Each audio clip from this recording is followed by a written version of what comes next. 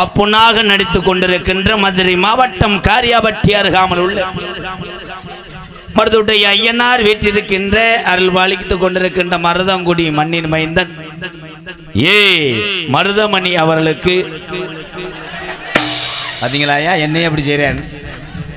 அவனுக்கு எச்சி ஊறி வச்சு கிளம்பிட்டேன்.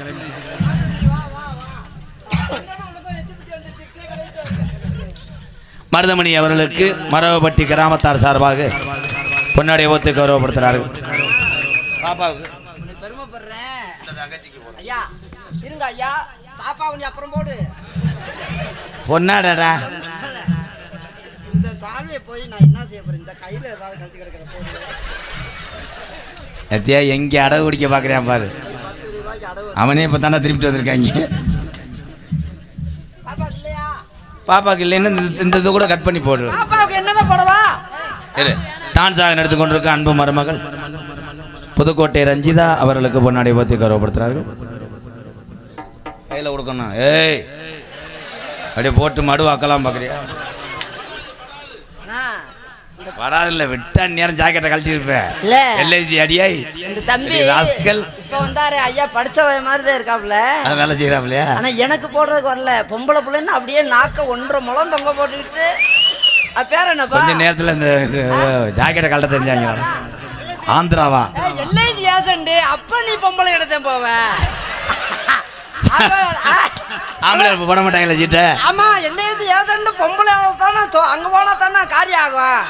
அவங்ககிட்ட போனாதே ஏதாவது லாபம் நடத்த சொல்லி எல்ஐசி ஏஜென்ட் போடு போடு போடு. ரஞ்சிதாவை போடுறியா? நன்றி நன்றி சொல்றான்.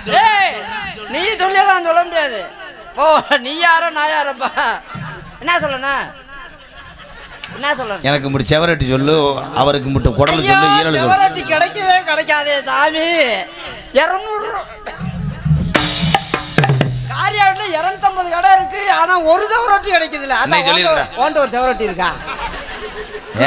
2500 செவரட்டி இல்ல, வேற மாதிரி சொல்லி போனீங்க. நன்றி சொல்றா. நன்றி.